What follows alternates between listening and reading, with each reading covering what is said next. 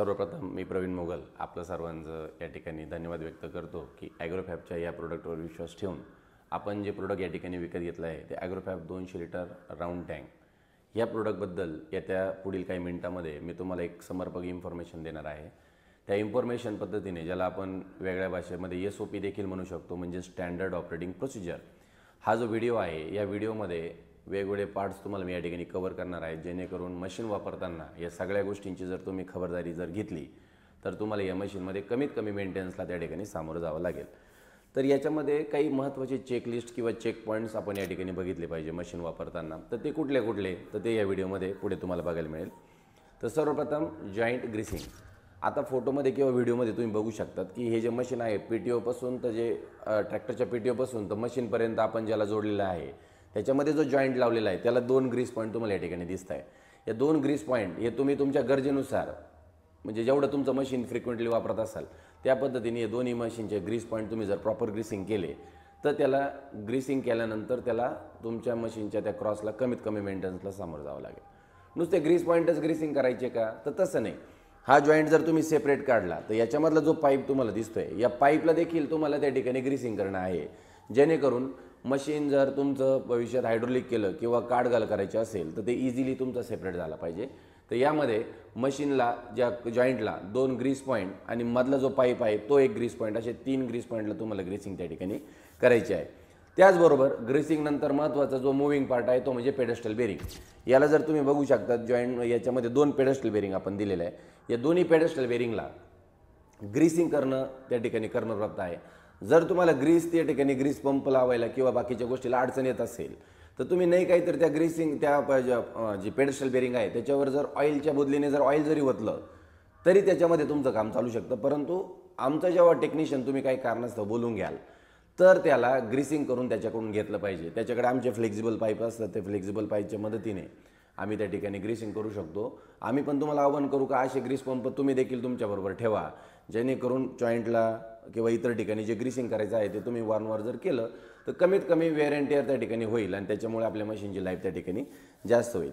तिसरं आहे आर्बर। आता जो फॅन आपण दिलेला आहे, ज्या फॅनला जर तुम्ही बघितलं तर त्याला आपण एक आर्बर लावलेला आहे। आर्बर आपली कंपनी ऑइल आर्बर या ठिकाणी तुम्हाला देते। तुम्ही बघू शकता पुढून आणि मागच्या बाजूनी दोन्ही बाजूनी त्याला आपण ऑइल सील दिलेला आहे। ऑइल सील दिल्यामुळे त्याच्यामध्ये आपण 250 mm या ठिकाणी जर तुम्ही पॉईंट बघता या पॉईंटमधून तिथं तुम्ही ऑइलिंग करायची आहे। जर त्याला प्रॉपर ऑइलिंग जर केली आणि जर त्याचं ऑइल सील जर इंटॅक्ट राहिलं तर तुम्हाला सांगितल्याप्रमाणे दोन्ही बेरिंग त्या ऑइलच्या माध्यमात फिरत असल्यामुळे त्याला कुठल्याही पद्धतीने आपल्याला लवकरात लवकर मेंटेनन्स त्याला करावं लागणार नाही। त्यामुळे तिथं ऑइल याच्यामध्ये आर्बरमध्ये ऑइल 250 ml या ठिकाणी मेंटेन ठेवायचं। भविष्यात ज्यावेळेस कधी तुमची बेरिंग जाऊ नाही गेली तर त्यावेळेस सगळं ऑइल काढून नवीन ऑइल आपण त्या ठिकाणी भरलं पाहिजे। त्याच्यामध्ये SAE 90 ग्रेडचं 90 नंबरचं ऑइल तुम्ही त्या ठिकाणी त्याच्यामध्ये वापरलं पाहिजे। आता पुढचा पॉईंट आहे बेल्ट टेन्शन आणि अलाइनमेंट। आता तुम्ही जे मशीन विकत घ्याल, आता इथून तुम्ही जेव्हा बाहेर जाल, जेव्हा मशीन बघाल तर PTO चालू केल्यानंतर तर पंपाची आणि त्या बेल्टची अलाइनमेंट आता तुम्ही व्हिडिओमध्ये बघू शकतात की अलाइनमेंट एकदम सरळ आहे, पुली तुमची डग फिरत नाही आहे। हे व्हिडिओमध्ये आता जे आपण कास्ट आयर्नच्या पुल्या वापरतो त्याच्यामध्ये काही पर्सेंटेजमध्ये थोडा डगनेस असू शकतो। तो डगनेस जर तुमचं बेल्ट खराब करणार असेल तर आम्हीच ती पुली त्या ठिकाणी रिजेक्ट करून टाकतो, ती तुमच्यापर्यंत येत नाही। पण 1-2-5% जर पुली थोडीफार डग असेल तर ते टॉलरेबल आहे, कारण ज्या कास्टिंगमध्ये कास्ट आयर्न ज्याला ग्रॅव्हिटी डाय कास्टिंगमध्ये त्या बनवले जातात त्याच्यामध्ये एवढीच ॲक्युरसी त्या ठिकाणी अचीव होऊ शकते। तर तेवढं आपल्याला त्या ठिकाणी ॲडजस्ट करावं लागेल, परंतु फार जास्त डग होता कामा नये। डग असेल तर ती पुली आपण बदलली पाहिजे। किंवा बेल्ट जर तुम्ही बघितलं त्याची अलाइनमेंट जर बिघडली तर तुम्ही बघू शकता अलाइनमेंट एकदम प्रॉपर आहे। जर अलाइनमेंट जर बिघडली तर ॲटोमॅटिकली तुमचा बेल्ट लवकरात लवकर वेअर अँड टेअर होणार। आणि अलाइनमेंट बिघडण्याचं कारण काय, पुलीची पोझिशन बदलली किंवा शाफ्टच त्याच्या जागेतून हलून गेला तर ते अलाइनमेंट बिघडून तुम्ही त्या ठिकाणी तुमची बेल्ट लवकर वेअर अँड टेअर त्या ठिकाणी होऊ शकतात। त्याच्या पुढचा पॉईंट आहे लिकेज अँड व्हायब्रेशन। जर तुम्ही मशीन जर बघितलं, आता या मशीनची टेस्टिंग आपल्या इथे चालू आहे।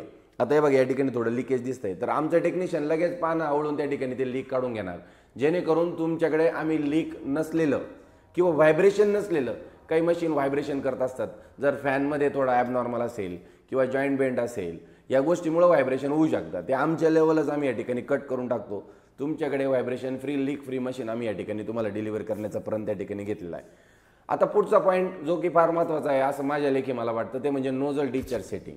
आता नोझलची डिस्चार्ज सेटिंग आता बरेच जण तुमच्यातले, आता तुम्ही घेताना इटालियन किंवा अमेरिकन नोझल घेतले, आता अमेरिकन नोझल जर घेतले त्याच्याकडे प्लस बाजू आणि मायनस बाजू या ओळखायला येत नाही, कारण दोन्ही बाजूंचं डायमेन्शन सेम आहे. मग तुम्ही लावताना सगळेच नोझल एक तर प्लसला लावले पाहिजे, नाही तर सगळेच नोझल एक तर मायनसला लावलेले पाहिजे, जेणेकरून प्रति एकर पाण्याचं प्रमाण या ठिकाणी तुम्हाला एकसारखं गेलं पाहिजे, त्याच्यामध्ये बदल होता कामा नाही. जर चुकून नोझल उलटे झाले तर तुमचं पाण्याचं प्रमाण चुकू शकतं. त्याच्यामध्ये जे सिस्टमिक स्प्रे असतात त्याच्यामध्ये जे एकराचे डोस दिलेले ते तुमचे चुकू शकतात. त्याच्याने देखील काही चुकीचे परिणाम आपल्या मशीनच्या इफिशियन्सीवर होऊ शकतात.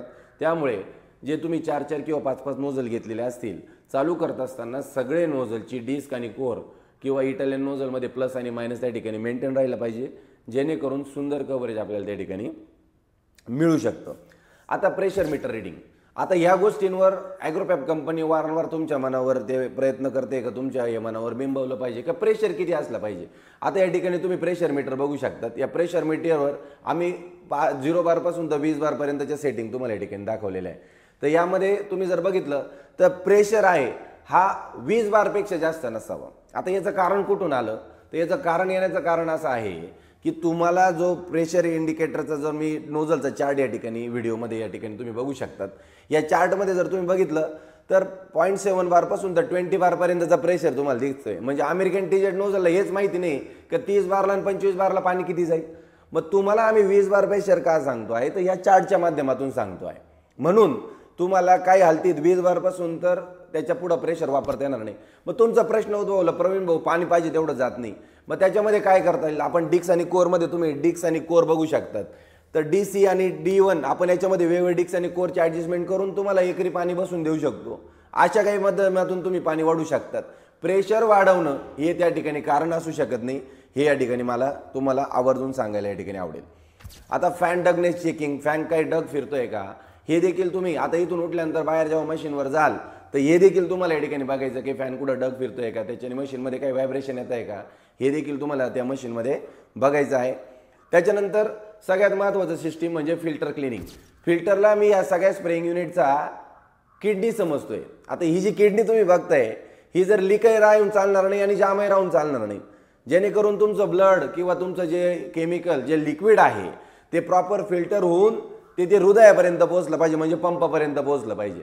आता जनरली किडनीच फेल असेल तर पंप तुमचा हृदय तरी काय करणार आहे, त्याची वर्किंग एफिशियन्सी कमी होईल. मग बऱ्याच शेतकऱ्यांना असा कधी प्रश्न उद्भवतो का की पंपाचा प्रेशर 20 बार सेट केला होता आणि थोड्या वेळानंतर वापरल्यानंतर तो कमी झाला, कशामुळे झाला असेल, तर ते 100% हे फिल्टर तुमचं चोक झालेलं आहे. तर फिल्टर तुमचं क्लीन असणं अत्यावश्यक आहे. फिल्टर क्लीन करत असताना त्याला खालच्या बाजूने खोलून घ्या, जाळी बाहेर काढा, ती चेक करा. ती जर जाम असेल तर ती अशा पद्धतीने पाण्यात बुडून बुडून बुडून क्लीन करा. क्लीन केल्यानंतर परत फिट करा. महत्त्वाचा मुद्दा, फिल्टर फिट केल्यानंतर ते लीक राहता कामा नये. जर ते लीक राहिलं तर पंपाला त्याच्यामधून एअर जाते. पंपाला जर एअर मिळाली तर पंप त्या ठिकाणी फ्लिकरिंग करतो किंवा झटके मारण्याची त्या ठिकाणी संभव असतं. म्हणजे फिल्टर जेवढं क्लीन करताना खोलणं महत्त्वाचं आहे तेवढं ते नीट लावणं पण महत्त्वाचं आहे. त्यामुळे या गोष्टीची एक शेतकरी युजर म्हणून तुम्ही अतिशय काळजी घ्याल अशी मी आशा बाळगतो. आता त्याच्यानंतर तुमच्या पंपाला 2 ऑइल सील दिलेले आहे, वरती आर्बर ऑइल सील दिलेले आहे, हे देखील तुम्ही वारंवार चालू करण्याच्या अगोदर बघितलं पाहिजे. म्हणजे पंपाकडे, बेल्टकडे, या सगळ्या सिस्टीमकडे तुम्ही जर वारंवार बघत असाल तर तुम्हाला बऱ्याचदा असं जाणवतं आम्हाला की बेरिंग ग्रीसिंग न केल्यामुळे बेरिंग तर खराब झाल्या, त्या खराब अशा झाल्या का त्या लॉक झाल्यामुळे शाफ्ट फिरत राहिला, शाफ्ट फिरलं आणि शाफ्टला गाळे पडले. हे होतं ना तुमच्याबरोबर. हे का होत असेल, तर कुठलीही गोष्ट पहिलाच जर टाका नीट जर टाकला तर नंतर वेल्डिंग करून बाकीच्या गोष्टींना तुम्हाला सामोरं जावं लागत नाही. पेडस्टल बेरिंग हे वारंवार तिची एक लाईफ आहे. तुम्ही म्हणाल पेडस्टल बेरिंगची लाईफ किती आहे, तर ती आम्हाला तासांमध्ये मिळते. तर ते तासांनुसार तुम्ही किती तास वापरतात, त्याच्यामध्ये ती ग्रीसमध्ये किती चालते, विदाऊट ग्रीस किती चालते, चिखलात पाण्यात किती वेळ चालते, याच्यामुळे तिची लाईफ डिपेंड आणि कमी जास्त होऊ शकते. मशीन तेच आहे, स्पेअर पार्ट तोच आहे. एखाद्या शेतकऱ्याला मेंटेनन्स येत नाही आणि एखाद्या शेतकऱ्याला येतो, तर हा पार्टचा दोष आहे का वापरणाऱ्याचा दोष आहे, यावर देखील आपल्याला त्या ठिकाणी आत्मपरीक्षण आत्मचिंतन करण्याची गरज आहे. मशीन वापरताना जो शेतकरी वारंवार त्याचा प्रिव्हेंटिव्ह मेंटेनन्स करेल त्याला मेंटेनन्सला सामोरं त्या ठिकाणी जावं लागत नाही. आता महत्त्वाचा मुद्दा, बऱ्याच जणांना वाटतं मी 540चा PTO टाकून दिला म्हणजे 540चा आपल्याला PTO भेटतो. तसं आहे का, तर या ठिकाणी बघाल तर ट्रॅक्टरचा टॅकोमीटर तुम्हाला दाखवायचा प्रयत्न केलेला आहे. ट्रॅक्टर हा किती इंजिन RPMला चालवला तर तुम्हाला PTO किती वेळा फिरेल, PTO तेवढा वेळ फिरला तर हवा किती तयार होईल, हवा तेवढी झाली तर कव्हरेज किती होईल, हे एकच सूत्र, एक सगळं सुसूत्र, त्याचं एक प्रकारचं कॉम्बिनेशन आहे मित्रांनो. नुसतं ट्रॅक्टर चांगला वापरला, RPM चुकीचे वापरले तर गडबड आहे, RPM बरोबर वापरले, गिअर चुकीचा वापरला तर गडबड आहे, हे दोन्ही बरोबर वापरले, नोझल चुकीचे वापरले तर गडबड आहे, नोझल बरोबर वापरले, त्याची प्लस मायनस साईड चुकीचं वापरली तर गडबड आहे, एवढं सगळं वापरून प्रेशर चुकीचा वापरला तर गडबड आहे. या सगळ्या गोष्टींचं एकत्र कार्यक्रम त्या ठिकाणी एक सुंदर नियोजनामध्ये होत असतो. तर यामध्ये ट्रॅक्टरचे गरजेनुसार वेगवेगळ्या ट्रॅक्टरचे RPM वेगळे आहे. जर तुमचा ट्रॅक्टरला 25 इंजिन RPMला 500 जायचं PTO मिळत असेल तर हे जे मशीन तुम्ही घेतलेलं आहे याच्या फॅनमध्ये हवा तयार करण्यासाठी 25 इंजिन RPMच्या 500 जायच्या PTOला 1600 इंजिन RPM दिले तर छान पद्धतीने हवा तयार होते. त्याच्या 1600 इंजिन RPMला तुम्ही वेगवेगळा गिअर त्या ठिकाणी सिलेक्ट करू शकतात. तुमचा ट्रॅक्टर जर जिओ असेल किंवा 2000 इंजिन RPMला 540 PTO देणारा मेसी फर्ग्युसनचा मॅक्स प्रोच्या अगोदरचं व्हर्जन असेल तर मात्र तुम्हाला अजून 1300-1400 RPM पर्यंत ठेवावं लागेल, कारण त्याचा PTO तेवढ्या गतीमध्ये फिरतो, जेणेकरून सुंदर हवेचं त्या ठिकाणी निर्माण झाली पाहिजे, जेणेकरून मल्टीलेअर कॅनोपीमध्ये तुम्हाला कव्हरेज त्या ठिकाणी प्राप्त झालं पाहिजे. आता महत्त्वाचा मुद्दा, बरेच शेतकरी मशीन कधी धुवत नाही आणि एकदमच दिवाळी आली, दसरा आला, शस्त्रपूजन म्हणून काढा लगेच फॉस्फरिक सायट्रिक आणि वता त्याच्यावर आणि टाका त्याला धुवून. अशा पद्धतीची धुवायची पद्धत ही अतिशय चुकीची आहे. आपण जी चेशी घेतली असेल आणि तिला जर हॉट डीप गॅल्व्हनाइज जर घेतली असेल तर झिंक ट्रीटमेंट आपण त्याच्यावर केलेली आहे आणि त्याच्यावर जर ॲसिड पडलं तर ते झिंकची लेअर त्या ठिकाणी डिप्लिकेट होते तिचं किंवा तिचं प्रमाण कमी होतं. तर असं जर तुम्ही वापरलं तर परत तुम्हाला मेंटेनन्सला म्हणजे ती चेशी रस्टिंग होऊन तिची लाईफ कमी होणे याला तुम्ही जबाबदार पडू शकतात. तर चॅसिसला कुठल्याही पद्धतीची हॉट डीप ट्रीटमेंट केल्यानंतर तुम्ही ॲसिडनी वापर त्याच्यावर टाळला पाहिजे. आता तुमच्या मनात प्रश्न येईल, प्रवीण भाऊ आम्ही फॉस्फरिकचा स्प्रे घेतो ते चालेल का? त्याचं कॉन्सन्ट्रेशन अतिशय कमी असतं. इवन दो बऱ्याच स्प्रेचा तुमचा pH हा 2-3 पर्यंत जात असतो, त्यानेही आम्हाला अडचण नाही.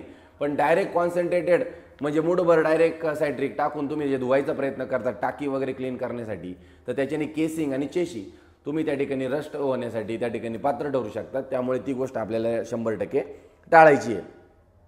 आता बऱ्याच शेतकऱ्यांना सवय असते का पाणी संपलेलं आहे परंतु तरी PTO चालूच ठेवतात. त्यांना असं ते लुकझुक चालून 2-5 झाडं तरी होतील. मित्रांनो, दात करून कधी पोट भरत नाही आणि तेवढं 2 लिटर पाणी शिल्लक राहून तुमचं काही लई मोठं नुकसान टळेल अशातला काही भाग नाही. तर या ठिकाणी मी आवाहन करेल की पंपाने एकदा पाणी मिळत नाही असं इंडिकेशन तुम्हाला दिलं तर त्या ठिकाणी इमिजिएट PTOचा तुम्ही गिअर बंद केला पाहिजे आणि पंप तिथं त्या ठिकाणी थांबवलं पाहिजे, जेणेकरून पंप ड्राय चालणार नाही. पंप जेव्हा ड्राय चालतो तर त्याच्याने त्याच्या पिस्टनवर किंवा डायफ्रॅमवर काही विपरीत परिणाम होतात आणि त्याची लाईफ त्या ठिकाणी कमी होऊ शकते. त्यामुळे PTO म्हणजे पाणी संपल्या PTO तुम्हाला बंद केला पाहिजे. व्हिडिओमध्ये मी तुम्हाला दाखवतोय का पाणी संपल्यानंतर कसं इंडिकेशन मिळतं, त्यानुसार दिसल्या ड्रायव्हरने इमिजिएट लगेच PTO तिथं बंद केला पाहिजे. हे तुमचं महत्त्वाचं आहे. आता जर काही बऱ्याच शेतकऱ्यांची इच्छा असते की प्रवीण भाऊ आम्हाला हाताने पावडर मारायची, भाऊ आम्ही थोडे टमाटे किंवा इतर गोष्टी लावलेल्या आहे, तर तुम्ही काही लावा. या मशीनने जर तुम्हाला त्याला स्प्रे घ्यायचा असेल आणि स्पेशली नळी लावून घ्यायचा असेल तर आमची अट एकच का 20 बारच्या पुढं प्रेशर द्यायचं नाही. आता बऱ्याच शेतकऱ्यांना वाटतं 8 नोझलला 20 बार आणि 1 नोझलला 5 बार का, नाही. तुम्ही 8 नोझल लावा, 10 नोझल लावा, नाही ते 1 गन लावा, काही करा. 20 बार प्रेशरच्या पुढं प्रेशर दिला नाही पाहिजे. दिल्यास पंपाचे बेल्ट जाऊ शकतात, पंपाचा मेंटेनन्स निघू शकतो, बाकीच्या गोष्टींना तुम्हाला सामोरं जावं लागू शकतं. 20 बारच्या पुढे प्रेशर हाताने हँडगन जरी वापरायचा असेल तरी 20 बारच्या पुढे प्रेशर दिल्यास पंपाचे बेल्ट जाऊ शकतात आणि बेल्ट गेल्यास तुम्हाला मोठ्या खर्चाला परत सामोरे जावं लागू शकतं. आणि हे सगळं करून मशीन सगळं स्प्रे मारून झाल्यानंतर संध्याकाळी सिस्टीममधून स्वच्छ पाणी काढून मशीन लावून देणे, जेणेकरून उद्याचा जो स्प्रे तुम्हाला घ्यायचा आहे तो घेत असताना कुठल्याही पद्धतीचा आपल्याला 2 केमिकल एकत्र झाल्यामुळे औषध फुटणं किंवा रिझल्ट न येणं या गोष्टीला तुम्हाला सामोरे जावं लागणार नाही. टँक क्लीन करत असताना हा जो कॉक तुम्हाला दिसतोय हा ओपन करा आणि त्याच्यातून पाणी शेवटी काढून टाका, जेणेकरून आतली टँक पूर्ण सिस्टीम आणि आतली टँक स्वच्छ राहील. आणि अशा पद्धतीने मशीन जर तुम्ही वापरलं तर तुम्हाला मेंटेनन्सला सामोरं जावं लागणार नाही. ही इन्फॉर्मेशन तुम्हाला लक्षात ठेवायची आहे आणि अशाच पद्धतीने मशीनचा वापर करायचा आहे. हे सगळे त्रिसूत्री कार्यक्रम जर तुम्ही नीट राबवला तर चांगले रिझल्ट तुम्हाला त्या ठिकाणी मिळतील. आणि मेंटेनन्स कमी करणे म्हणजेच नफा वाढवणे हेच या ठिकाणी मी सांगतो. ही सगळी इन्फॉर्मेशन तुम्ही तुमच्या कानात साठवाल आणि आचरणात आणाल अशी मी आशा बाळगतो आणि थांबतो. धन्यवाद.